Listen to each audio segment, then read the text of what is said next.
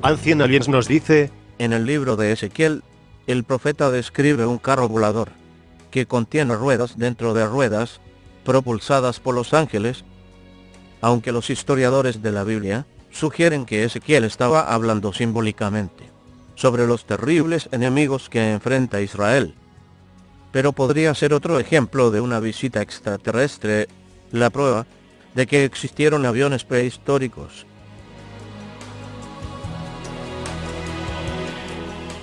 la visión de Ezequiel se utiliza a menudo para tratar de apoyar la teoría de los antiguos astronautas.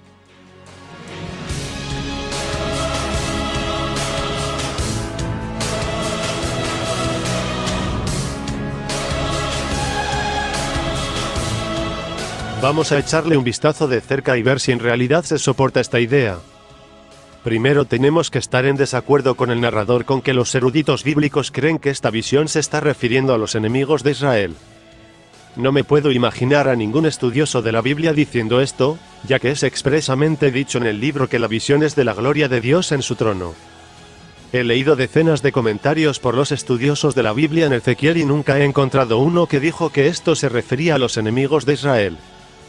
Creo que este es un caso en el que Ancient Aliens apuntala un argumento del hombre de paja. En otras palabras, teniendo un argumento obviamente débil, pretende que es la opinión del punto de vista mayoritario. La principal premisa de la teoría de los antiguos astronautas es que los escritores antiguos no podían entender, o no tenían el vocabulario para explicar la tecnología. Pero esa idea no funciona realmente para Ezequiel, por muchas razones. En primer lugar, Ezequiel tuvo un gran vocabulario. El hebreo es uno de los idiomas más ricos de la historia del mundo, y Ezequiel mostró gran habilidad en su utilización al describir cosas complicadas en otros lugares en sus escritos. Él tenía el vocabulario para decir cosas como disco de plata, o redondo, o ventana, o ser gris con grandes ojos, si hubiera querido, pero no lo hizo. Como veremos, lo que Ezequiel describe simplemente no se puede comparar con un ovni. Más que cualquier otro escritor de la Biblia, Ezequiel era extremadamente detallista. Él se asegura de describir todos los detalles, no solo aquí, sino en todos sus escritos. Por ejemplo, un modelo muy preciso de la distribución de toda una ciudad, así como construir un gran complejo de templos usando sus especificaciones. Incluso comienza cada una de sus visiones por un meticuloso detalle de la hora y el lugar en que ocurriera. Por ejemplo, Ezequiel 8:1. Y sucedió que en el 6º año, en el mes 6º, a los 5 días del mes, que estaba yo sentado en mi casa, y los ancianos de Judá estaban sentados delante de mí, y que allí la mano del Señor Dios cayó sobre mí. La visión que Ezequiel vio, lo que está en cuestión, también se puede dibujar en un papel usando sus especificaciones, y las personas que hacen esto, todos, más o menos, consiguen lo mismo. Se describe el trono de Dios, que se apoya en una plataforma, la plataforma se apoya en 4 querubines en cada esquina. Los querubines son tipos específicos de ángeles en la Biblia que tienen 4 caras y varias alas. También hay 4 ruedas junto a los ángeles. Mike Heiser nos dice: todo el mundo en este campo sabe lo que es esto en Ezequiel 1. Es un trono de querubines, porque tenemos ejemplos muy claros de los elementos que se encuentran en Ezequiel 1. No es tan emocionante, pero es más o menos lo que todo el mundo consigue cuando dibujan esto.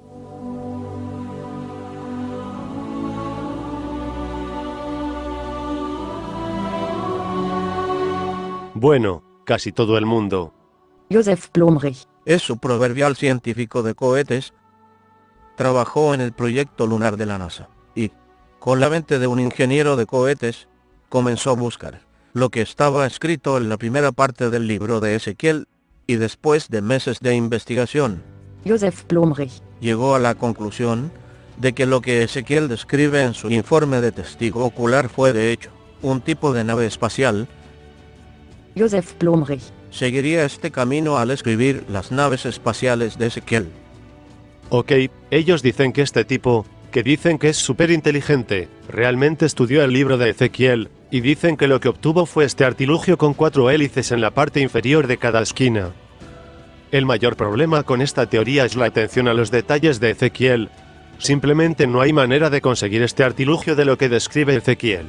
Mike Heiser Nos dice: El libro de Blumrich y otros libros escritos por teóricos de los antiguos astronautas, todos tienen la misma debilidad. Tienden a ignorar el vocabulario de Ezequiel en el capítulo 1. Por ejemplo, el trono sobre el que se asienta Yahvé nunca se describe como redondo o plateado, o con algún tipo de forma de disco. Eso tiene que ser asumido y puesto en el texto. Así que o bien hacen eso, o modernizan las descripciones que allí se encuentran. Por ejemplo, las especies bovina, con las patas de becerro deben ser seguramente las patas de un ovni o algún otro avión. Permítanme leer una descripción de los 4 ángeles que sostienen el trono, y usted puede decidir por sí mismo si piensa que realmente está luchando con su vocabulario antiguo para describir 4 propulsores. Ezequiel 1, 5. Y en medio de ella, la figura de 4 seres vivientes. Y esta era su apariencia, había en ellos semejanza de hombre. Y cada uno tenía 4 caras y 4 alas. Y debajo de sus alas, a sus 4 lados, tenían manos de hombre, y los 4 tenían sus caras y sus alas. Y el aspecto de sus caras era como cara de hombre, y cara de león en el lado derecho de los 4, y cara de buey en el lado izquierdo de los 4, asimismo la cuarta tenía cara de águila. Es difícil conseguir una hélice propulsora cuando Ezequiel dice: y esta era su apariencia, había en ellos semejanza al hombre. Ezequiel sabía lo que un hombre parecía, así que no es justo ni honesto decir que Ezequiel confundió una hélice propulsora con un hombre. Pero Ancient Aliens cuenta con una forma de evitar esto. Si pensamos en la palabra ángel como la representación de algo así como la energía celestial, suena mucho más a una nave espacial. Así que solo hacemos ángel igual a energía celestial, y eso es mucho mejor para nuestra teoría ovni. Habla acerca de forzar la evidencia para adaptarse a la hipótesis. Usando esta lógica podría decir que la descripción de mi coche sonaría más como un ovni, si en lugar de ruedas digo dispositivos antigravedad. El problema es que Ezequiel no solo habla de los ángeles de pasada, sino que dedica todo un capítulo a la descripción de ellos. Él los llama querubín más de 20 veces en el capítulo 10, incluso dice en el capítulo 10 versículo 20 que él sabe que son los querubines.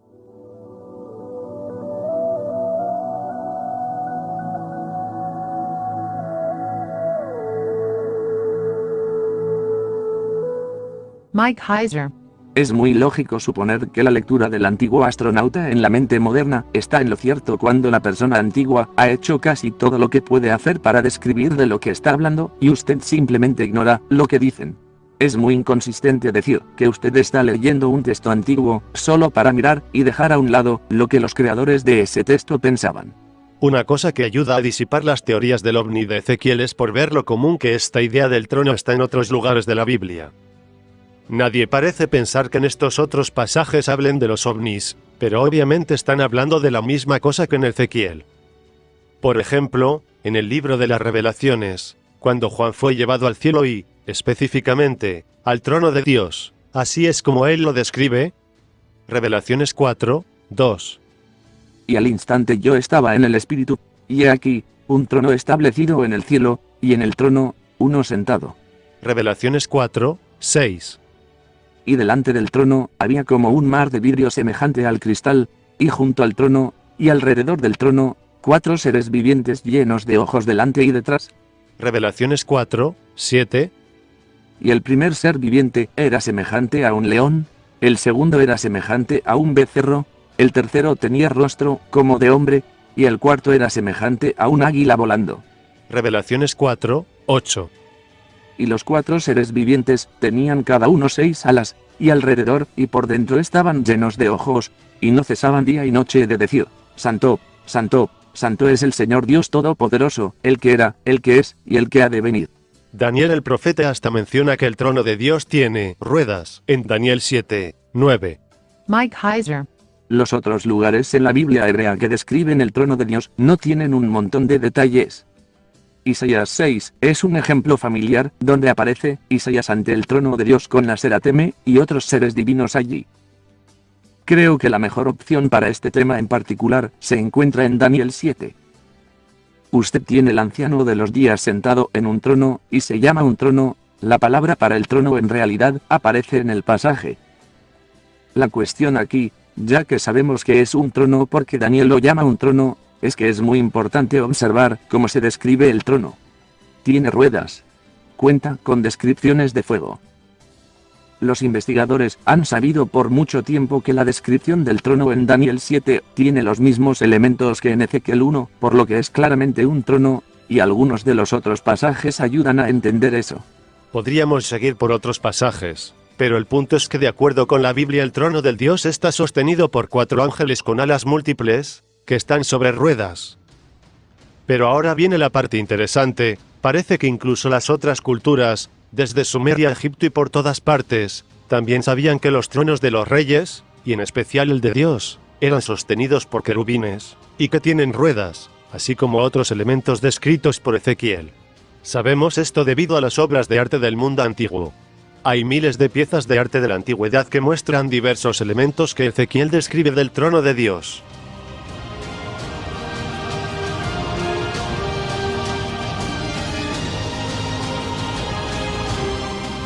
Podemos ver a los ángeles, algunos de ellos incluso tienen 4 caras, algunos tienen ruedas.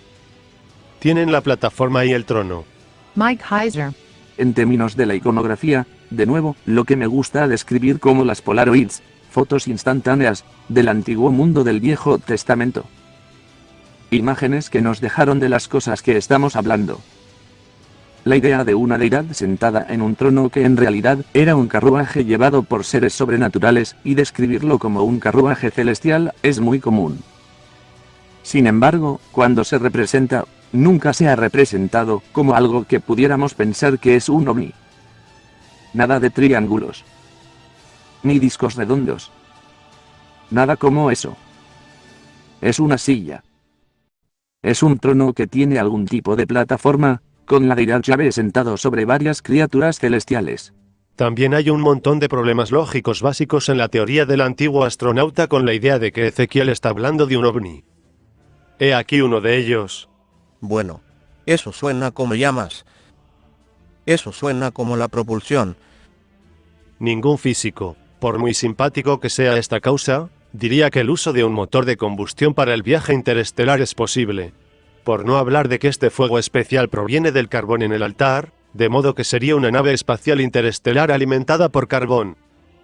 Tan simple como suena, toda la razón en todo este asunto con Ezequiel comenzó en la década de 1970 y se debió a la línea de Ezequiel que utiliza ruedas dentro de ruedas. La gente, básicamente, dijo, las ruedas son redondas, los platillos volantes se supone que deben ser redondos también. Ezequiel vio esta rueda dentro de otra rueda. Esto suena más alta tecnología que sobrenatural. Pero la idea transmitida por escrito por Ezequiel no es más que un círculo concéntrico. Más o menos como cualquier rueda con una llanta. No es exactamente una idea de alta tecnología. La única razón por la que se menciona es porque Ezequiel es detallista escritor. Daniel no entra en el detalle cuando ve el trono de Dios. Él solo dice, ruedas. Además de eso hay 4 ruedas que conforman una unidad, por lo que si vas a decir que una rueda dentro de una rueda es un ovni, entonces usted tiene que decir que los ovnis solo vienen en grupos de 4, porque eso es lo que Ezequiel está inequívocamente describiendo. Y estas ruedas no son horizontales como si estuvieran volando alrededor, sino que son verticales, al igual que deberían ser si realmente fueran ruedas. Así que vemos que esta idea se refuta por 1. Los motivos bíblicos consistentes que utilizan estos elementos para describir el trono de Dios. 2. Las miles de obras de arte del mundo antiguo que representan tronos con los mismos elementos que Ezequiel describe. 3. Los problemas lógicos con la teoría, como que sea un motor de combustión alimentado de carbón.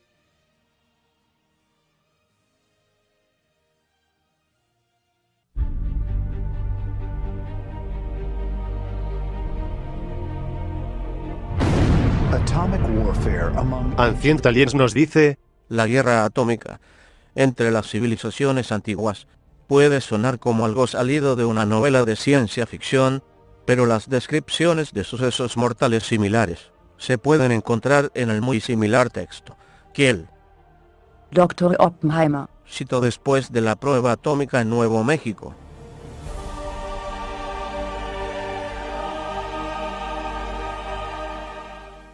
Así que la teoría del antiguo astronauta afirma que el Mahabharata habla de la guerra nuclear. Vamos a ver qué es exactamente lo que dicen que dice.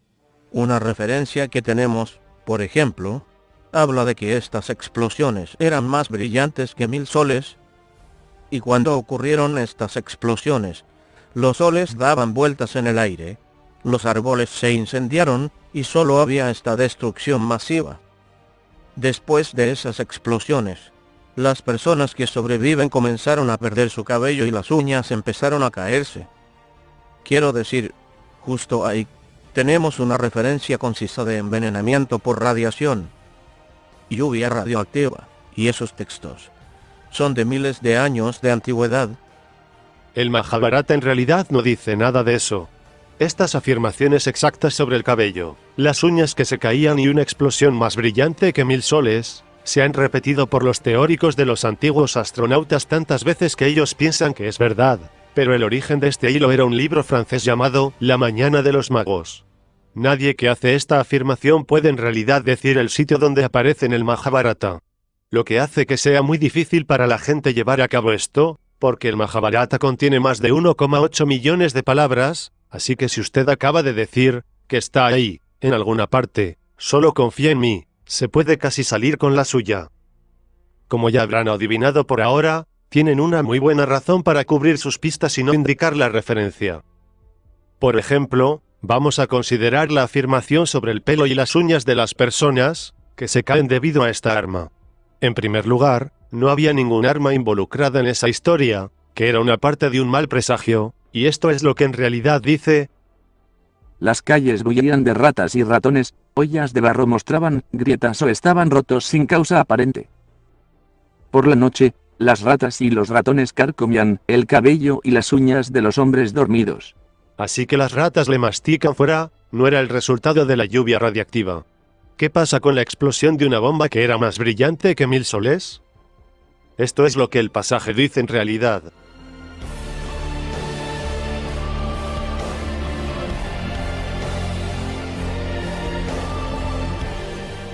Satisfecho con él, el santo mostró entonces a Utanka la forma eterna Vaisnava que Dhananjaya, de gran inteligencia, había visto. Utanka contempló el alma elevada de Vasudeva de forma universal, dotada de poderosos brazos. La refulgencia de esa forma era como la de un fuego ardiente o un millar de soles. Se puso delante de él llenando todo el espacio. Tenía caras en cada lado. Observa la alta y maravillosa forma Vaisnava de Vishnu. De hecho, al ver al Señor Supremo en esa guisa, el Brahmana Utanka se llenó de asombro.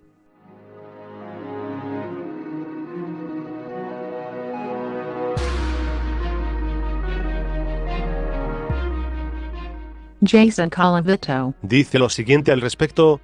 Este pasaje, que menciona los 10.000 soles, se refiere a un aspecto de Vishnu.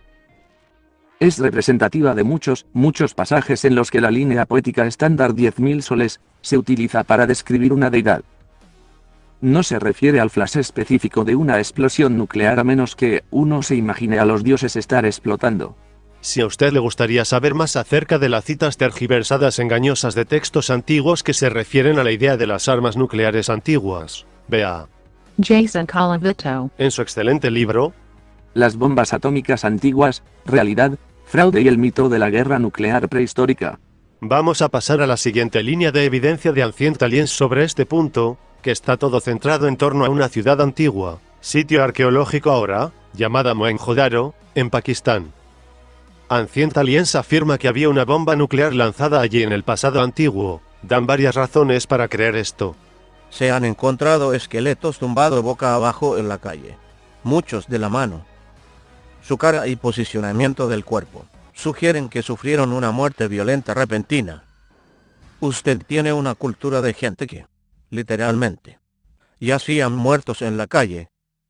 Los arqueólogos han encontrado restos humanos, y algo grande les ha ocurrido a estas personas, porque hay evidencia de que los animales salvajes evitan hurgar sus restos. Y porque, incluso después de miles de años, sus huesos no se han descompuesto. En ciertas áreas del sitio usted encuentra un aumento de los niveles de radiación. El investigador británico David Davenport. afirmó haber encontrado una de 50 yardas con el epicentro en Mohenjo-Daro, donde todo parecía haber sido fundido a través de un proceso de transformación conocido como vitrificación.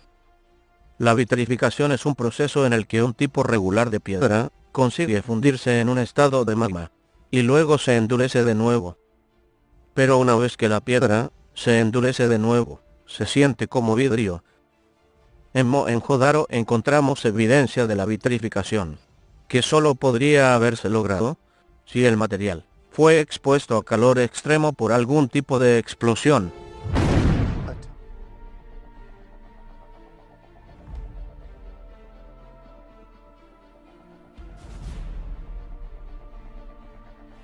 Ok, entonces hagamos una lista de estos puntos. Esqueletos, un juego tomados de la mano, que dicen que parecen haber muerto en el mismo instante. No hay evidencia de carroñeros. Notablemente los huesos están bien conservados. La presencia de radiación en el sitio. Un epicentro donde la vitrificación está presente. Eso suena como un caso muy convincente para la guerra nuclear en Mohenjo-Daro. Bueno, asumiendo que nada de eso es cierto, y teniendo en cuenta el historial de Ancient Aliens, debíamos investigar mejor estos reclamos. Uno de los primeros problemas con esta teoría es la propia ciudad. Sus edificios están intactos, algunos de los cuales son de 15 pies de alto. Y están hechos de barro, por lo que se podría pensar que un arma nuclear cuyo principal y destructivo poder es la fuerza de su onda expansiva podría derrocar algunos edificios de adobe. Pero sigamos adelante. ¿Qué pasa con estos esqueletos? Ancient Aliens hace sonar como si se encontraran una gran cantidad de esqueletos, cuando en realidad solo 37 fueron encontrados. Y no solo estos 37 cuerpos no muestran signos de muerte súbita, la fecha de su muerte varía a veces tanto como 1000 años una de otra.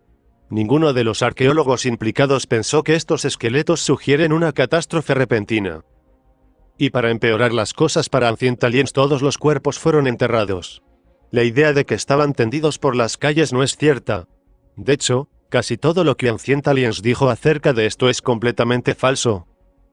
El hecho de que ellos no murieron en el mismo instante, y el hecho de que fueron enterrados en la forma normal, explica por qué no había signos de carroñeros. ¿Qué pasa con los extraordinarios huesos bien conservados? Esto puede ser atribuido a Mohenjo-Daro, es literalmente uno de los lugares más calientes del planeta, con temperaturas que alcanzan los 128 grados. Y porque también es muy seco, es un clima perfecto para su conservación. De hecho, esto también es probablemente la razón de que los edificios de adobe se mantienen en pie también. El problema con las afirmaciones acerca de estar la radiación ahí, en Mohenjo-Daro, es que no sabemos de dónde proviene esta afirmación. Ciertamente no fue ninguno de los científicos involucrados en la excavación de Mohenjo-Daro que afirmara esto, y los teóricos de los antiguos astronautas no dicen el sitio o las referencias con las que comprobar esta afirmación, por lo que hasta que la presencia de radiación se pueda probar que existe allí, no hay ninguna razón para hacerle caso. ¿Qué pasa con este epicentro de la vitrificación? Bueno, de acuerdo a los arqueólogos no era exactamente un epicentro de nada. Era una pequeña cantidad de cerámica rota que, porque la cerámica es puesta en el fuego para endurecerla, contiene un tipo específico de vitrificación llamada frit. Se lanzaron en la palabra epicentro para hacer que parezca más legítimo. Pero no hay un epicentro de cualquier cosa excepto de la cerámica en este sitio. Pero esto nos lleva a un punto importante. Mohenjo-Daro no es el único sitio donde los teóricos de los antiguos astronautas afirman existe la vitrificación como consecuencia de antiguas bombas atómicas. Así que sería instructivo que veamos la vitrificación de la arena y sus diferentes causas con el fin de tratar las alegaciones. Por ejemplo, hay fulgurita, que es arena fundida por un rayo. Hay tectite, que es arena fundida por la fuerza comprimida de un meteorito. Hay frit, donde se fusiona parcialmente la arena y otras sustancias químicas en presencia de cerámica calentada. Eso es lo que se encontró en Mohenjo-Daro. Finalmente hay trinitita, que es arena vitrificada causada por una explosión nuclear. Así, lo que primero vimos, es que el Mahabharata no expone nada parecido a lo que Ancient Aliens dijo que hizo. Vimos que los cuerpos en Mohenjo-Daro no murieron en un desastre repentino, de hecho murieron con 1000 años de diferencia en algunos casos, y fueron claramente enterrados. El tema de la radiación es un no factor. La vitrificación fue causada por la cerámica, y señaló que si se trató de una explosión nuclear, Ni siquiera derribó las casas de adobe que todavía están de pie en el lugar.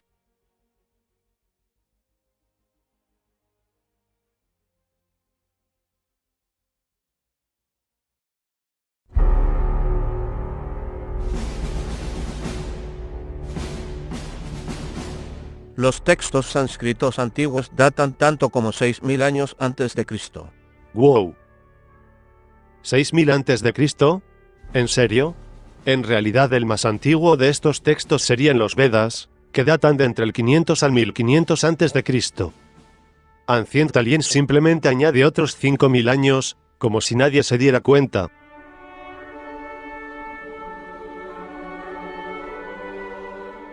En realidad, están incluso contradiciéndose con esta fecha porque en otro episodio afirman correctamente que los escritos más antiguos del mundo son las tablillas sumerias, las más antiguas de las cuales datan de alrededor del 4000 a.C.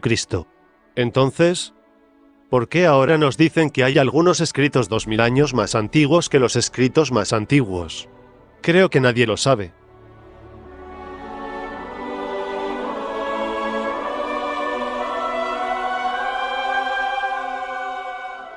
Describiendo con vívidos detalles máquinas voladoras llamadas vimanas. Vimanas son aviones que son impulsados por motores de reacción. Esto parece ser cierto, ya que es la descripción completa del comportamiento en vuelo. Los elefantes huyendo en pánico. La hierba fue expulsada, porque había mucha presión desde atrás de los vimanas. Así que podemos decir que se trata de la descripción de una nave espacial. La palabra vimana literalmente significa habiendo sido medido hacia afuera. Se relacionó con los palacios del rey, y se estaba refiriendo a su intrincada construcción. Más adelante, como resultado, por lo general la palabra se convirtió en sinónimo de palacios. Y por eso fue utilizada también para referirse a los palacios de los dioses. Y sí, estos palacios de los dioses estaban en el cielo, y podían volar. Pero al fijarnos en esto quedará claro que algunos de los vimanas de los dioses eran realmente inmensos palacios, con jardines, terrazas y escaleras de oro. Entonces, como los palacios de los dioses volaban, gradualmente la palabra se empezó a utilizar para algo que pudiera volar, ya sea en la mitología o en la realidad. Así que entender el concepto de palacio en el desarrollo de la palabra vimana es útil en la comprensión de lo que estamos viendo. Pero antes de mirar en las descripciones reales de vimanas en los textos védicos, debemos examinar primero un texto falso, porque casi todo lo que dice Ancient Aliens de los vimanas proviene de un texto totalmente falso llamado Vimanika Shastra. A pesar de que los principales historiadores creen que los textos vimanas son mitos, muchos de los documentos contienen pasajes que parecen describir la maquinaria y la tecnología moderna. El Vimanika Shastra describe metales que se utilizaron en estos oficios. Habla de electricidad y fuentes de energía. Habla de pilotos y la ropa que necesitan llevar. Habla de los alimentos que comen. Se habla incluso de las armas que tienen en estas aeronaves.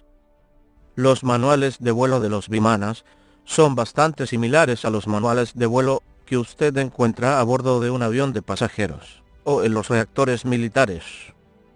Por supuesto, también tienen manuales de vuelo, ya que es necesario para un piloto obtener información acerca del avión en el que quiere volar.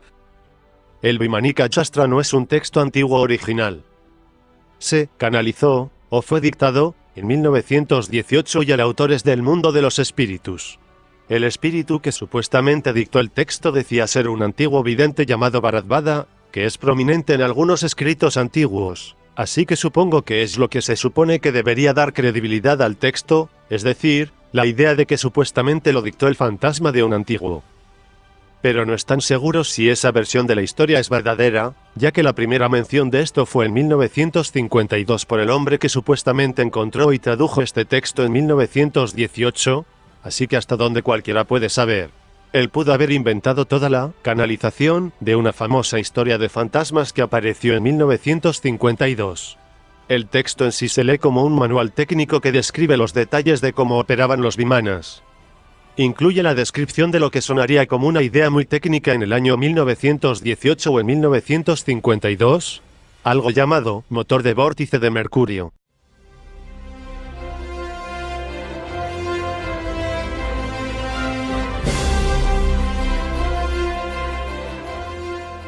Ancient Aliens gasta una enorme cantidad de tiempo para hablar sobre esta idea.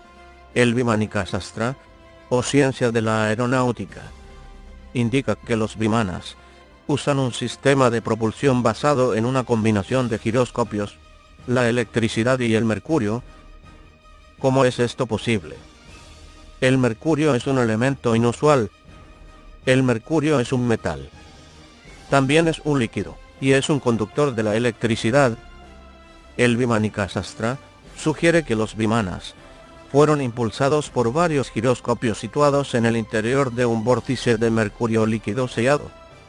Uno de los textos habla de la rotación del mercurio, que está girando y creando una especie de viento poderoso, o un efecto de molino de viento. Eso podría ser una especie de lo que llamamos una rueda volante de almacenamiento de energía, que tiene un disco girando, y extrae la energía lentamente, que sería el mercurio. Eso podría ser utilizado para conducir una especie de propulsores, o lo que llamamos un ventilador conducido. Algunas de las otras cosas que este texto describe suenan igualmente científicas. Incluso incluye dibujos muy técnicos de las cosas que está hablando. Pero cuando se mira más de todo esto se hace obvio que es físicamente imposible despegar del suelo, para cualquiera de estas naves.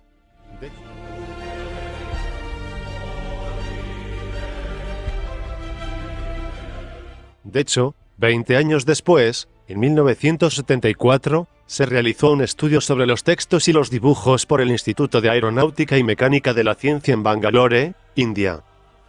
Citaré a Will Hunt, un escritor independiente estadounidense con sede en la India, para obtener una descripción del resultado del estudio. En cuanto al fondo como se había escrito, el comité lo desmanteló minuciosamente en un ensayo titulado Un estudio crítico de la obra Vimanika Shastra. Se cuestionó si el autor, el que haya sido, tenía alguna comprensión de la física básica, la química y la electricidad, por no hablar de las disciplinas de la aeronáutica, aerodinámica, estructuras aeronáuticas, dispositivos de propulsión, materiales y metalurgia.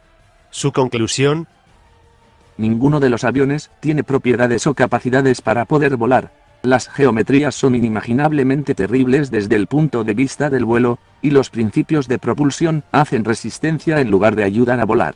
Otro escritor que escribe para el archivo de texto sagrado, dijo lo siguiente de la nave en el Vimanika Shastra: son absurdamente no aerodinámicos, brutales pasteles de boda con minaretes, grandes alas de ornitóptero y hélices de mala muerte. Tengo la sensación de que, al ser el 90% de la información sobre vimanas que Ancient Aliens presenta, proveniente de este texto, ellos saben que ha sido totalmente desacreditado. Así que, en un extraño giro, después de pasar 5 minutos en cuán grande sería la idea de un motor de vórtice de mercurio, después dejan que todo el mundo sepa que la idea no iba a funcionar realmente. Ellos no llegan, sin embargo, a decir que hay algo malo con este texto, lo único que dicen es que tal vez podría haber problemas con la traducción de una palabra o dos. Los sistemas de almacenamiento por rueda volante, sin embargo, tienden a perder energía rápidamente. Para navegar por el espacio, su tamaño tendría que ser enorme.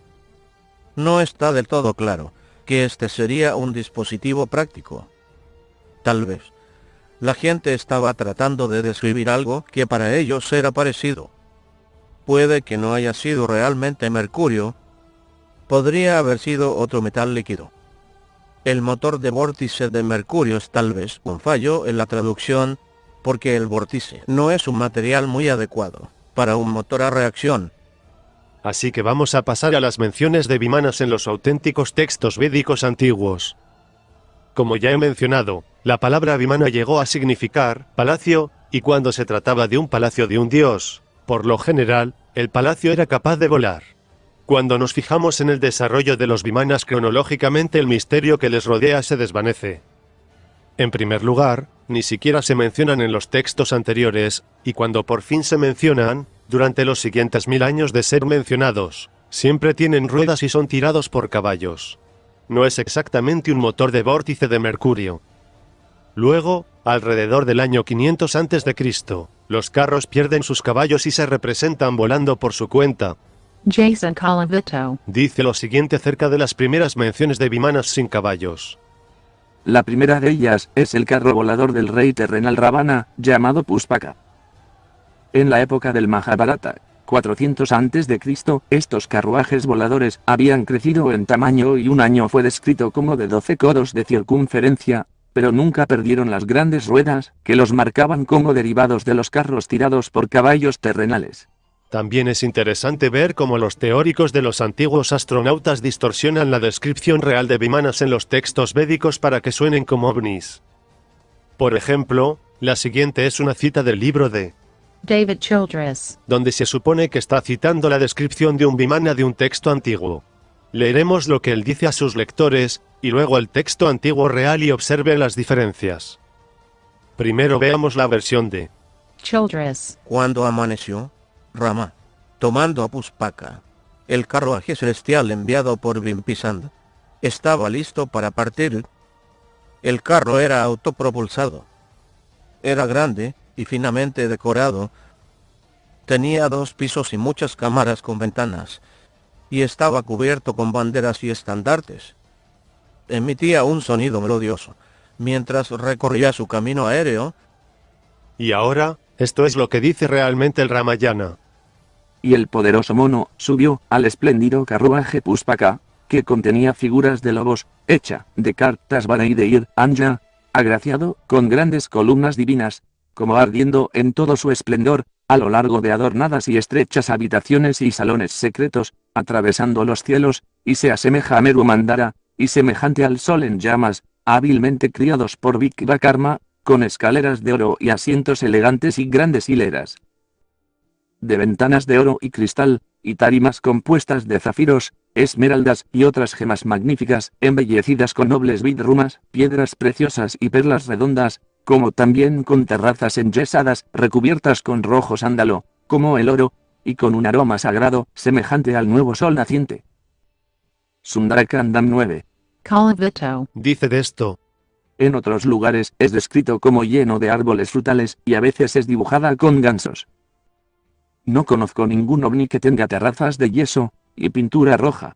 En resumen, la mayoría de lo que usa Ancient Aliens en este punto proviene de un texto falso, canalizado en el siglo XX. Deshonestamente lo presentan como un texto antiguo, e incluso las descripciones reales de los vimanas necesitan de cierta manipulación para que suenen como ovnis. El desarrollo de la idea de vimanas en la mitología hindú se puede rastrear fácilmente, y pierde todo su encanto para los teóricos de los antiguos astronautas cuando lo haces.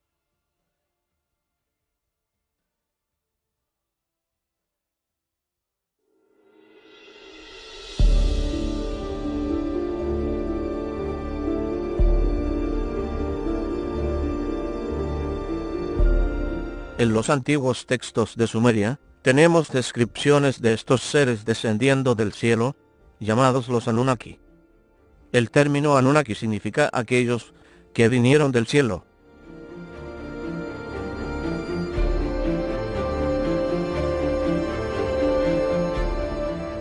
Esto es totalmente erróneo. La palabra Anunnaki significa semilla principesca o sangre principesca. La idea es que los Anunnaki eran creaciones directas de Anu, quien era considerado como el padre y rey de los dioses. Como veremos, esta es la idea principal asociada con los Anunnaki en la mente de los sumerios, que es que fueron creados directamente por Anu, y así tiene sentido que incluso su nombre refleja esta idea, es decir, que ellos eran la descendencia del príncipe.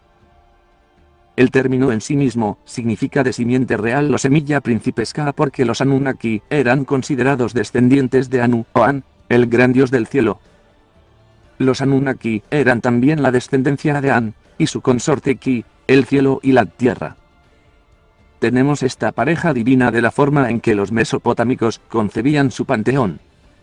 Entonces, si el término Anunnaki significa semilla principesca o de sangre principesca, ¿cómo es que Ancient Aliens afirma que la palabra Anunnaki significa aquellos que de los cielos vinieron a la tierra? La respuesta corta es que todo lo que Ancient Aliens dice acerca de los Anunnaki viene de un hombre llamado Zecharia Sitchin. Sitchin escribió muchos libros afirmando que los Anunnaki en realidad eran los extraterrestres.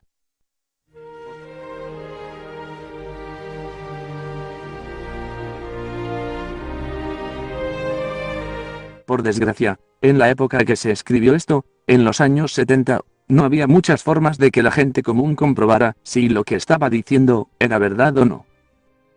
Por decirlo de manera simple, la traducción de Sitchin de la palabra Anunnaki es errónea. A menudo se puede leer, sobre todo en los escritos de Zecharia Sitchin, que Anunnaki significa algo así como los que vinieron del cielo o alguna otra descripción que les haga parecer alienígenas o extraterrestres. No hay una fuente en el mundo, por ningún especialista en sumerio, que esté de acuerdo con esa definición. No es un término difícil. Personalmente no creo que Sitchin supiera sumerio en absoluto, porque, si se equivoca en un término asociado a un muy importante grupo de deidades, me pregunto en qué otra cosa puede haberse equivocado. Sitchin afirmaba ser un experto en textos sumerios, pero ahora podemos ver que él no parecía entender las reglas básicas de la gramática y el vocabulario de la lengua sumeria. Varios eruditos cuestionaron sus traducciones y su falta de credenciales académicas en el área, señalando que no hay registro de que Sitchin tuviera nada más que un título en periodismo. Uno de esos eruditos es Michael Heiser. A día de hoy no he podido encontrar, ni lo han hecho otras personas a quienes he pedido ayuda, gente que le gustó Sitchin, las credenciales de sus conocimientos de algunos de los idiomas, o de estar acreditado de alguna manera en estudios de las culturas del Oriente Próximo. A medida que avanzamos y miramos en puntos específicos de las ideas de Sitchin, articulados por Ancient Aliens, creo que usted verá que determinar la verdad acerca de este difícil tema no está fuera del alcance de una persona común. Se dice, palabra por palabra, que estos seres descendieron del cielo en vehículos voladores.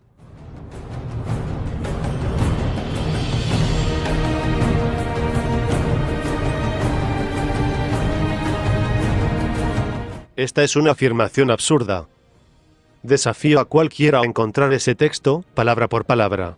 Usted puede hacer una búsqueda en línea, y literalmente, ver todas las referencias al término Anunnaki en los textos sumerios.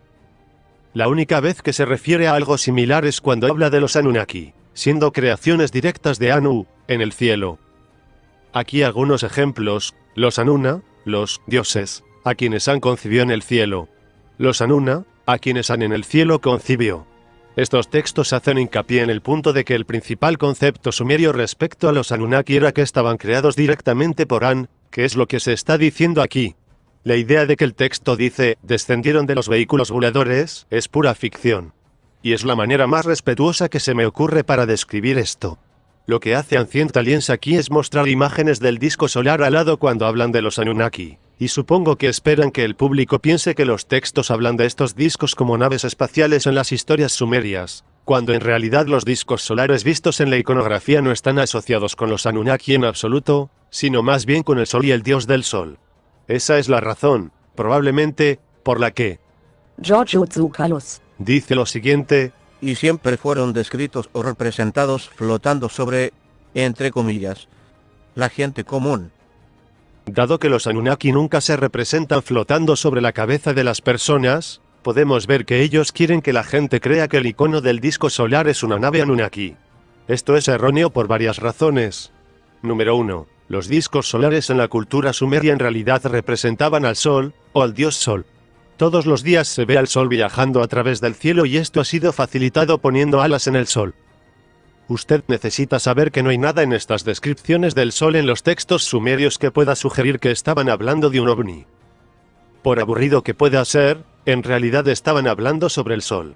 Una forma de demostrar esto se encuentra en la epopeya de Gilgamesh. Gilgamesh adora a Shamash, el dios solar, con el fin de obtener su favor en una parte de su viaje, y lo hace mirando al este por la mañana, es decir, en la dirección del sol naciente. La idea que Ancient Aliens propone, de que los Anunnaki salían de los discos solares o que eran representados montando en ellos, no es la verdad, no hay manera de evitarlo. Podemos encontrar no solo las descripciones de los Anunnaki, sino también representaciones. Podemos verlo en las estatuas, en los tallados, por lo que es muy interesante ver que esos seres lucieran como viajeros espaciales de hoy con sus extraños trajes. Algunos llevaban relojes de pulsera, tenían las botas puestas y los cascos y, sobre todo, alas. A lo largo de la serie, Ancient Aliens muestra estas imágenes de genios alados acadios y se refiere a ellos como Anunnaki. Pero curiosamente estos genios alados no son Anunnaki. De hecho, estos relieves ni son ni siquiera sumerios, son acadios. Pero bueno, ya que estamos aquí, ¿podemos explicar lo que está pasando en esas imágenes, aun cuando no tienen absolutamente nada que ver con los Anunnaki? La creencia era que ciertos aspectos de la naturaleza estaban controlados por esos genios alados. Lo más notable es que eran los responsables de la fertilización de los cultivos. Fueron representados a menudo con un cubo de polen o de agua en una mano, y un ramo de flores masculinas o un cono de pino en la otra mano. A menudo se representaban fertilizando un árbol, y era símbolo de fecundidad. A veces se muestran mirando al rey, lo que, debido a las inscripciones adicionales, sabemos que significa que el rey era un intermediario con los dioses y responsable de la fecundidad de la tierra y de la gente. Una forma de demostrar esto es explicar lo que Ancient Aliens llama reloj de pulsera. En primer lugar, usted debe tomar nota de que si esto es un reloj, entonces esos genios eran serios en cuanto a la hora, porque llevaban uno en cada muñeca, y con frecuencia, también en una diadema. El llamado reloj es en realidad un símbolo acadio de Ishtar, diosa de la fertilidad. Se puede ver la misma roseta en la famosa puerta de Ishtar en Babilonia. La fertilidad de la tierra se asoció, como era de esperar, con la diosa de la fertilidad, y estos seres son descritos, actuando en nombre de Ishtar, al fertilizar el árbol. Esto también explica, probablemente, las alas, teniendo en cuenta que la forma visible y natural, como una flor se poliniza, es mediante las abejas y aves. Por lo tanto, no es tan difícil ver que estaban representando a sus agentes espirituales de la polinización con las alas también.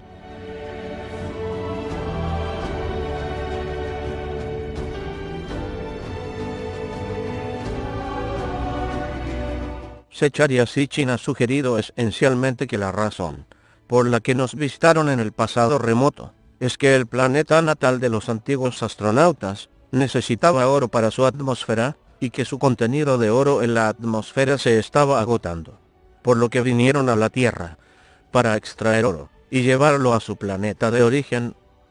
Este argumento de que los extraterrestres vienen a extraer oro para su atmósfera, en el pasado remoto, es repetido continuamente por los teóricos de los antiguos astronautas.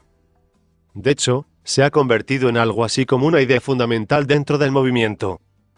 Esta idea remonta directamente de Secharya Sitchin y no tiene absolutamente nada que ver con los textos sumerios. Es interesante notar que Sitchin ni siquiera da una cita exacta de los textos sumerios para justificar esa idea de que necesitaban oro para su atmósfera. Dice lo siguiente en su libro, La guerra de los dioses y los hombres. El metal, con sus propiedades únicas, se necesitaba para regresar a casa. Era una vital necesidad. Lo mejor que nosotros podemos hacer. Esta vital necesidad podría haber sido suspender partículas de oro en la menguante atmósfera de Nibiru, evitando así una disipación crítica. Así que dice, lo mejor que podemos hacer. ¿A qué nosotros se refiere? ¿Y qué textos sugerirían con esa idea? De la nada, él crea esta idea de que las partículas de oro se necesitan en la atmósfera de un planeta. Hoy en día se puede hacer una búsqueda para los usos de la palabra oro en los textos sumerios. Podemos leer cada mención de esta palabra. No solo son las menciones de la palabra oro, relativamente pocas en los textos sumerios. No hay nada que indique otra cosa que los usos más comunes para el oro. De hecho, es un estudio sorprendentemente aburrido. Gracias a la catalogación minuciosa de los textos sumerios en las décadas pasadas, y el advenimiento de Internet, ya no tenemos que creer ciegamente las palabras de Sitchin. Hay algunas bases de datos en línea que le permiten buscar a través de los textos sumerios, y tengo un video en mi sitio web. SitchinSwrong.com. Si van allí y hacen clic en la ficha Anunnaki, yo les mostraré cómo buscar a través de algo llamado el corpus de textos electrónicos de la literatura sumeria. Les guiaré para buscar todas las apariciones de la palabra Anunnaki y después hacer clic a través de sus traducciones al inglés de todos estos sucesos. Usted puede encontrar este material, y les animo a hacerlo porque podrán comprobar a Secharya Sitchin. Usted lo puede chequear conmigo. Cuando afirmo que no existen textos, que no hay tabletas que tengan, por ejemplo, los Anunnaki en Nibiru asociado con Nibiru, o que Nibiru no es un planeta más allá de Plutón. Lo fácil que sería demostrar que estoy equivocado, si saben cómo buscar esos términos. Sería muy fácil, y los animo a comprobarlo, y a que todos lo hagan. puede acceder a ese material y saber quién le está diciendo la verdad. Por fin, podemos ver por nosotros mismos por qué los eruditos sumerios han sido tan críticos con Sitchin, y no porque sean cerrados de mente ni nada de eso, sino porque Sitchin no parece realmente saber de lo que habla. Déjeme darle un ejemplo de cómo Sitchin hace sus increíbles traducciones. Tomemos la idea de que los textos sumerios hablan de la minería de oro. Ahora bien, como los textos sumerios no hablan de la minería de oro en ningún sitio, Sitchin tiene que construir esta idea de la nada. Así es como él lo hizo. Echemos un vistazo a una cita de su primer libro, El 12º planeta. Algunos himnos mesopotámicos a Ea lo ensalzan como Bel-Nimiki, traducido como Señor de la Sabiduría, pero la traducción correcta debería ser, sin duda, Señor de la Minería. En su estilo clásico, Sitchin nunca da ninguna razón por la que la traducción correcta debería ser, sin duda, Señor de la Minería.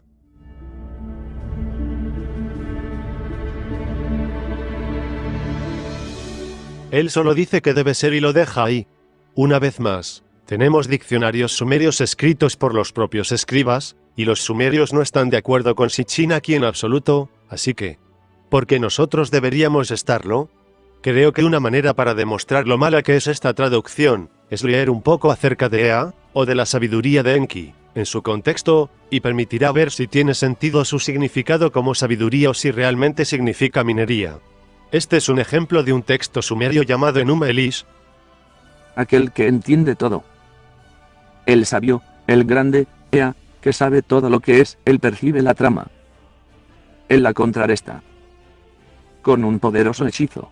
No solo describe su sabiduría del más allá al decir, aquel que lo entiende todo, sino que también dice que en su sabiduría fue capaz de percibir un complot antes de que sucediera y contrarrestarlo. Nada de lo que acabamos de leer tiene sentido si sabiduría se refiere a la minería, o en esa misma épica. Ea, quien sabe todas las cosas, sabía que no podía derrotar a Kingu y los ejércitos de Tiamat. Una vez más vemos una definición contextual del conocimiento de Ea. Él lo sabe todo de nuevo, y vemos que este conocimiento le ayudó a entender que no podía derrotar a Kingu. Estas no son descripciones aisladas de este conocimiento. Ea es el dios de la sabiduría por una razón. Nada de lo que dijo tiene sentido si su conocimiento significa la minería, o incluso el conocimiento acerca de la minería. Todas las historias sobre él destacan su gran entendimiento, y a la inversa, no hay siquiera un indicio de que se preocupa un poco de cavar para el oro o cualquier otra cosa. Y no es solo allí. Se requiere un desconocimiento de los textos sumerios para creerlo. Pasemos a otra afirmación sobre los Anunnaki. Prácticamente todas las historias que hay en el Génesis, la historia del diluvio, la historia de Adán y Eva, todas tienen precedentes en los antiguos sumerios. La historia que venía de los sumerios es que los Anunnaki extraían el oro en la tierra, y que los trabajadores salieron de la fábrica diciendo: este es realmente un trabajo muy duro, y estamos cansados. No queremos seguir con esto. Así que tuvieron una gran reunión, y decidieron crear a un trabajador primitivo llamado Adam W. Los Anunnaki crearon a los humanos como una raza de esclavos. La primera cosa a tener en cuenta aquí es que en la epopeya de la creación a la que se están refiriendo, los dioses no estaban trabajando en la minería del oro. El trabajo que los dioses hacen es crear el mundo, algo que se puede esperar de una epopeya sobre la creación. Incluso afirma específicamente que estaban haciendo montañas y ríos, como el Tigris y el Éufrates. Los dioses aquí estaban cansados de la creación de la tierra, y no de la minería del oro. La epopeya continúa describiendo los siguientes eventos. Los dioses deciden mezclar la arcilla y hacer al hombre.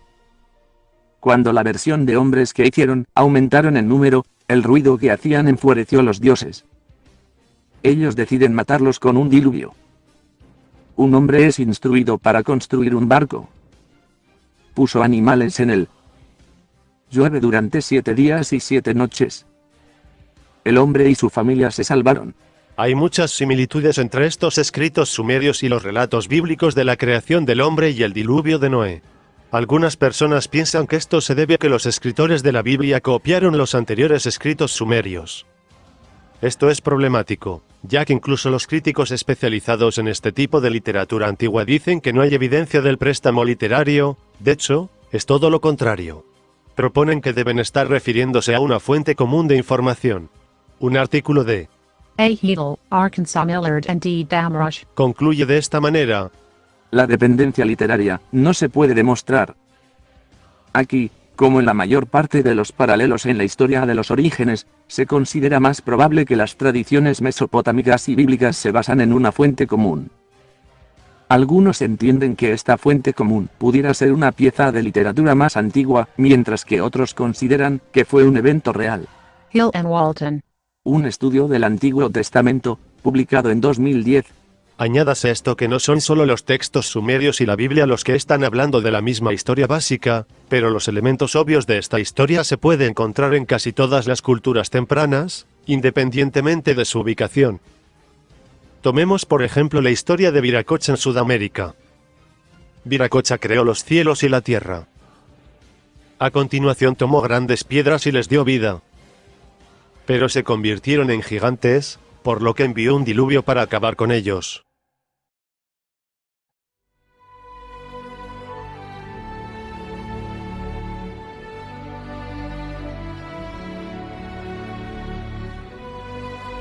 Después del diluvio, él sopló en piedras más pequeñas que la primera vez criando personas pequeñas, que luego se dispersaron por todo el mundo. Y en la Biblia, en Génesis 6 vemos algo similar. Los hijos de Dios desobedecieron a Dios, vinieron a la tierra y tuvieron relaciones sexuales con mujeres humanas, produciendo gigantes llamados Nefilim. Los Nefilim con el tiempo casi eliminan a la población humana original, y esta es una de las razones por las que Dios envió el diluvio. Estas historias se encuentran de alguna forma en culturas tan separadas geográficamente como usted pueda conseguir. Están en China, Europa, Oriente Medio, se encuentran en las tradiciones indígenas de América del Norte, en América del Sur y muchos otros lugares. Las similitudes son demasiado evidentes para limitarse a negarlas. Cosas como que son 8 personas las que están en el barco se mencionan en un buen porcentaje de estas historias. Personalmente, creo que todas estas culturas están sacadas de la misma historia original, una historia que se contó de una sola manera, y que a medida que las migraciones ocurrieron a partir de ese grupo original se comenzó a añadir los detalles que eran más importantes para ellos a nivel local.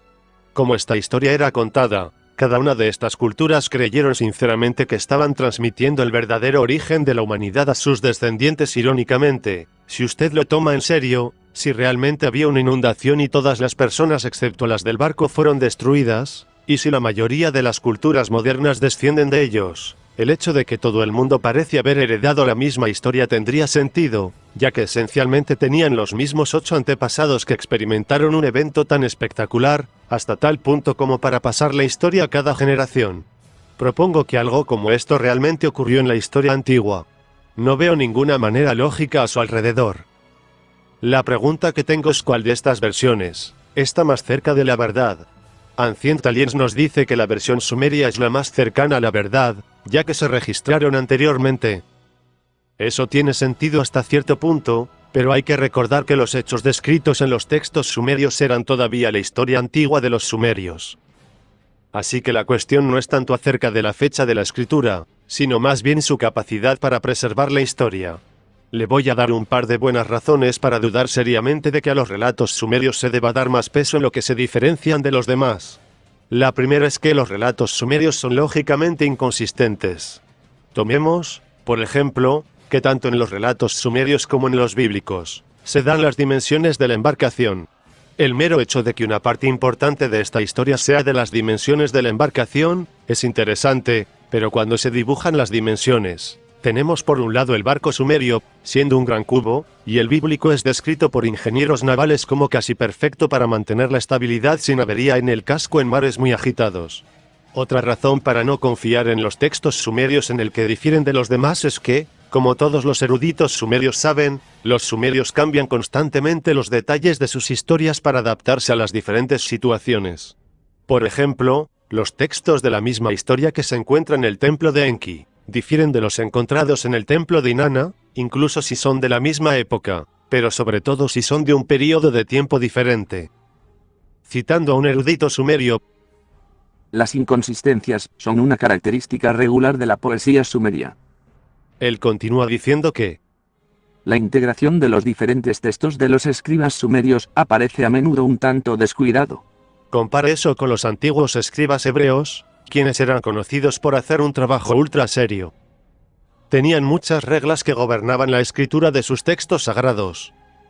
Por ejemplo, se dice que tenían que decir cada letra en voz alta antes de escribirla. Un ejemplo de esta meticulosa atención al detalle es con el rollo de Isaías que se encuentra en los rollos del Mar Muerto. Las primeras copias del Antiguo Testamento hebreo antes de los rollos del Mar Muerto fueron los masoréticos textos copiados entre los años 600 al 1000 a.C. Así que el rollo de Isaías, uno de los rollos mejor conservados, sería una forma de probar o refutar si sus escrituras habían sido fielmente copiadas por los escribas durante los 800 años anteriores.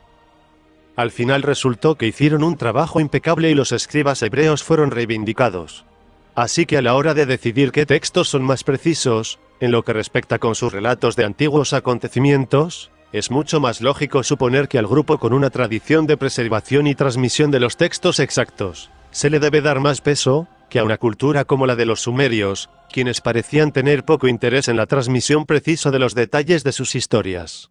En resumen, casi todo lo que dice Ancient Aliens sobre los Anunnaki no es la verdad, cosa que no es de extrañar, teniendo en cuenta que copia y pega casi todo en esta sección, de los libros de Zecharia Sitchin. Para obtener más información acerca de los errores de Sitchin en sus traducciones de los sumerios y los textos Akkadian, yo le dirigiría a la excelente página web de SitchinSwrong.com. del Dr. Michael Heiser.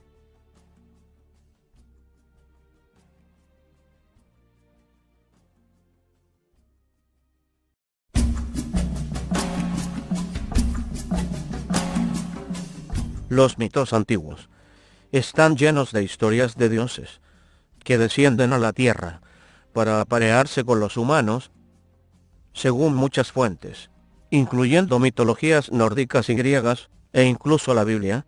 Tenemos las historias de los hijos de Dios, o de los dioses reales del monte Olimpo o Valhalla, y ellos están llegando a la tierra, y encuentran que las hijas del hombre son atractivas. De acuerdo con los textos antiguos, los ángeles caídos no solo se acoplaron físicamente con las mujeres de la tierra, sino que producen descendencia. Los Nefilim eran una raza de gigantes, similares a los retratados en la historia de David y Goliat.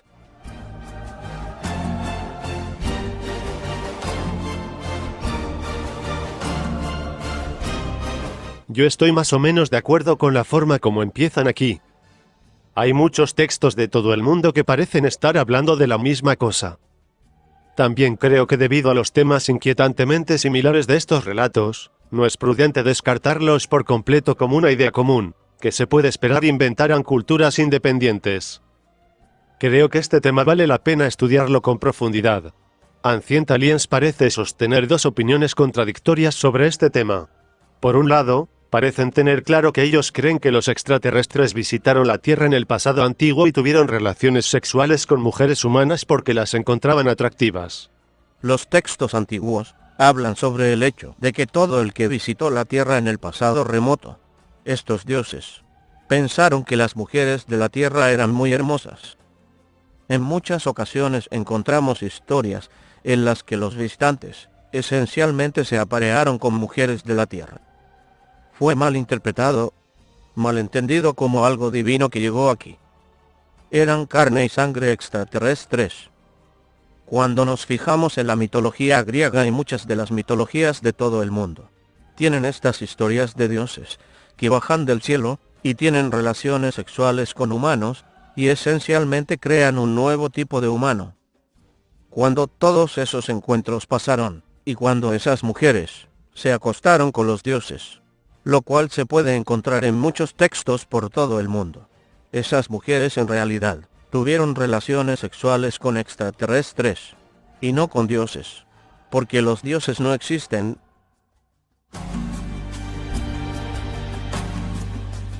Pero la opinión de que en esos eventos había lujuria y sexo no encaja demasiado bien con la teoría de los antiguos astronautas.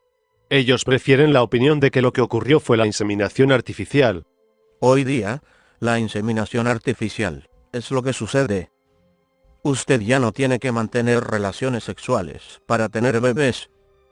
Tenemos la misma descripción exacta, hace miles de años, donde mujeres, sin dormir con nadie, de repente se quedan embarazadas.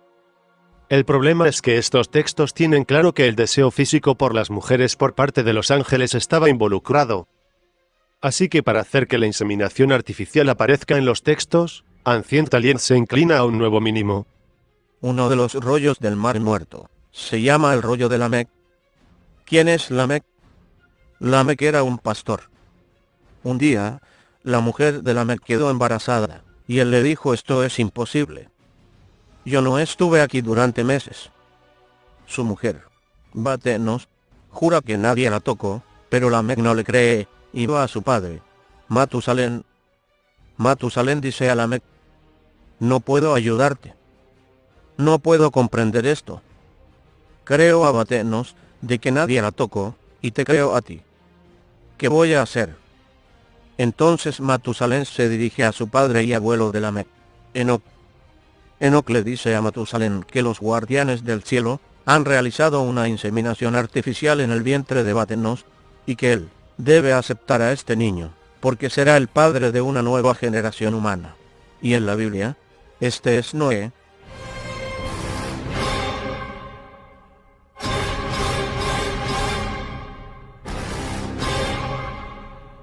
Ellos literalmente mienten aquí. Supongo que Von Daniken confía en el hecho de que no mucha gente sabe acerca del texto que está citando y por lo que probablemente no van a comprobar sus afirmaciones, así que supongo que él siente que puede mentir a la gente acerca de lo que dice. Déjeme romper alguna de la decepción en este clip. Y un día, la mujer de Lamec quedó preñada, y Lamec dijo: esto es imposible. Yo no estuve aquí durante meses. La primera gran mentira es la idea de que la razón por la que Lamec dudaba que Noé fuera su hijo es que no había estado allí durante meses. El texto explica claramente que la razón por la que dudaba de la paternidad de Noé era debido a su apariencia. Von Daniken simplemente inserta: yo no estuve aquí durante meses. Supongo que para hacer que parezca que no podría ser el hijo de Lamec, lo cual es muy engañoso, sobre todo teniendo en cuenta que en el texto de Batenos, su esposa, le recuerda a Lamec el día en que concibieron al niño. Y si usted piensa que esto es engañoso de parte de Von Daniken, usted no ha visto nada todavía. Enoc dice a Matusalén que los guardianes del cielo han hecho una inseminación artificial en Batenos. Esto es increíble. En el texto Enoc dice justo lo contrario y claramente confirma que Noé es un verdadero hijo de Lamec. Así que no solo está mintiendo aquí descaradamente acerca de lo que Enoc dijo de Noé, está insertando la idea de la inseminación artificial en la parte superior de esta mentira. Así se pueden ver que uno de los principales fundadores de la teoría de los antiguos astronautas no tiene ningún problema con mentir para establecer el vínculo fundamental que necesitan entre los Nefilim y la inseminación artificial en los textos antiguos.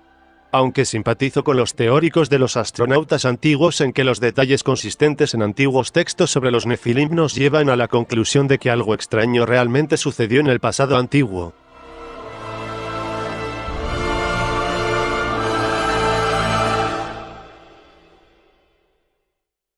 No creo que la evidencia apunte a seres extraterrestres de otro planeta. Bien, todo el pasaje en Génesis 6, 1-4, acerca de los Nefilim, es ciertamente extraño. Es uno de esos pasajes extraños de la Biblia que parecen surgir especialmente entre las personas que se resisten o carecen de una visión del mundo sobrenatural. Pero, por raro que sea, la clave está en la visión del mundo sobrenatural. Si creemos que hay seres inteligentes fuera de nuestro propio mundo creado, nuestro propio mundo material, ¿por qué habría que limitar a una entidad sobrenatural a no poder aparearse con mujeres? ¿En qué nos basaríamos para poner ese límite? Si usted permite eso, entonces la idea de ser capaz de mezclarse con la carne humana en algún nivel o forma, procede de tales suposiciones.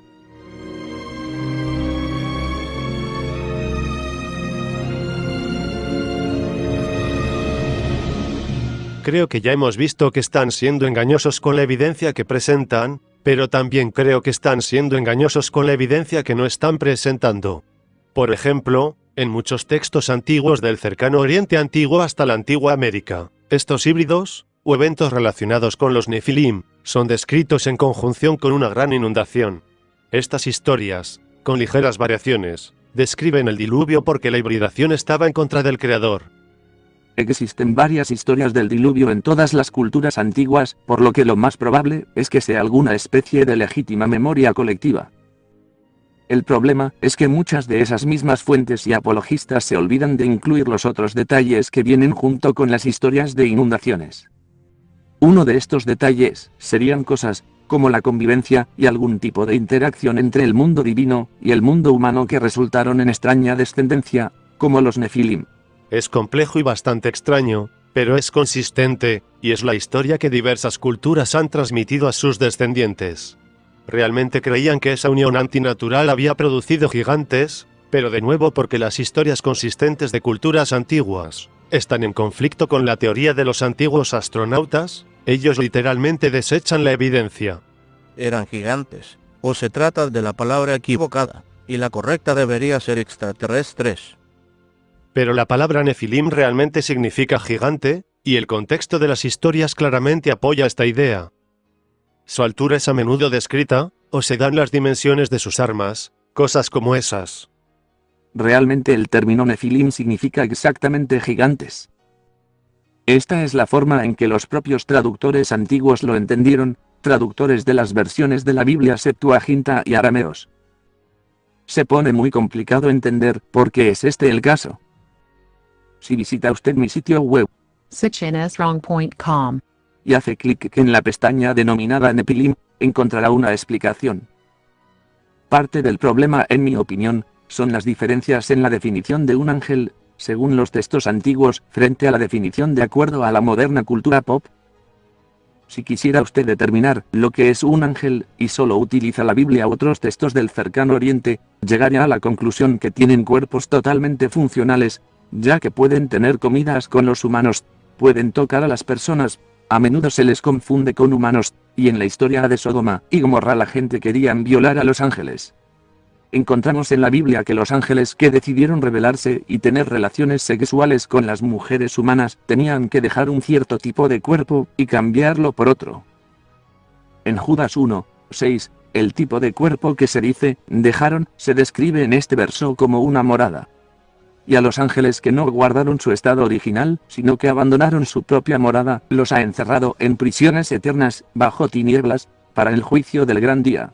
La palabra morada usada aquí es una rara palabra griega, oiketerion, la cual solo se utiliza en otra ocasión en el Nuevo Testamento para describir el tipo de cuerpos que los seguidores de Cristo tendrán en la resurrección de los muertos.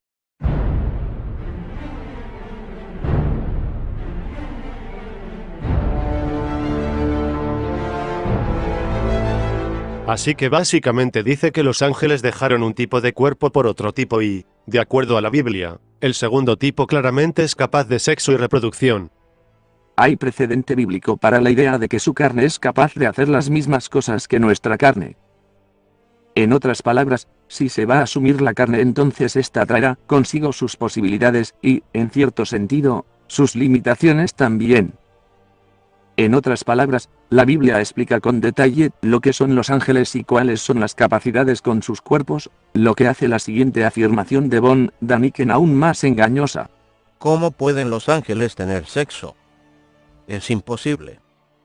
En nuestra concepción, los ángeles eran algo espiritual, no algo que tiene un cuerpo y las sensaciones para el sexo, pero tuvieron sexo. La idea de von Daniken sobre lo que es un ángel está basada más en las tarjetas de Navidad que en los textos antiguos. Obviamente las culturas antiguas, incluyendo los escritores de la Biblia, creían que los ángeles podían y tenían relaciones con mujeres humanas. Los diversos elementos de estas historias son muy comunes en las culturas antiguas para ser atribuidos a la coincidencia, en mi opinión. Pero los detalles de estos reportes consistentes no benefician a los teóricos de los antiguos astronautas. De hecho, si hay algo que apoya la idea de que el relato de la Biblia es verdad, o por lo menos que los detalles específicos de esa narrativa se creían por culturas geográficamente tan diversas como las Américas, el Oriente Medio, Asia, Europa y África.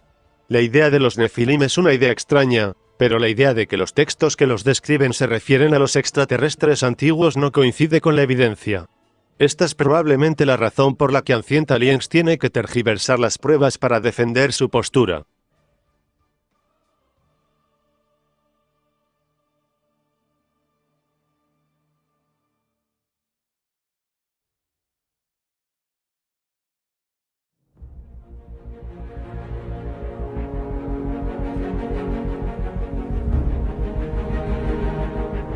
Hay muchos más temas que podríamos haber cubierto a lo largo de este ensayo, como la afirmación de que este relieve del antiguo Egipto representa un extraterrestre gris que, en más fotos en alta resolución, pueden parecer una planta o un jarrón, representado en muchos otros lugares en el arte egipcio.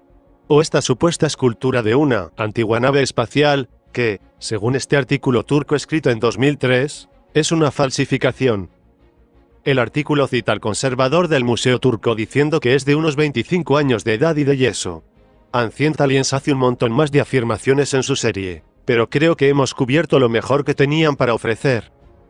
Podría seguir y desacreditar todas las otras afirmaciones que hacen y, en cierta medida, lo haré en el sitio web ancientaliensdebunked.com. Espero poder hacer de este sitio un centro para este tipo de información. Lo principal que quiero resaltar es que yo no estoy tratando de sugerir que, si bien Ancient Aliens tiene algunas afirmaciones erróneas, haya espacio para la verdad en su teoría principal. A la luz de esta información, no es una posición sostenible. Usted ha sido testigo de los errores inequívocos y en toda la teoría no dicen la verdad.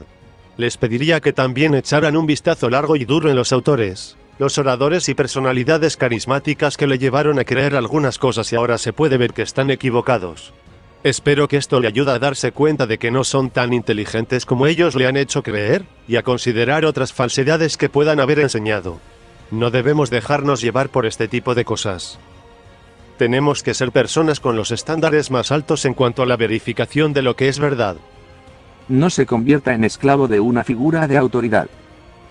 Siempre deben estar dispuestos a investigar la información para ver que pueda funcionar y comprobarlo. Si no lo hacen, debe ser sospechoso. Esto es algo que, como profesor y estudioso, trato de llevar a mis estudiantes a considerar y pensar. Seamos sinceros. ¿Cuántos de nosotros sabemos realmente de estas cosas? ¿Cuántos de nosotros estudian lenguas antiguas? ¿Cuántas personas tienen la posibilidad de comprobar en las personas como Zecharia Sitchin, que pasan por allí y sueltan cosas sobre Arcadia y los hebreos? La respuesta es, no muchos. Esto suena como una cantidad horrible de trabajo para conseguir el conocimiento para poder evaluar lo que dicen, y yo entiendo eso. Pero usted no debe permitir que controlen su cerebro en la puerta. Usted debe preguntar a esa fuente, a la persona. ¿Dónde puedo buscar?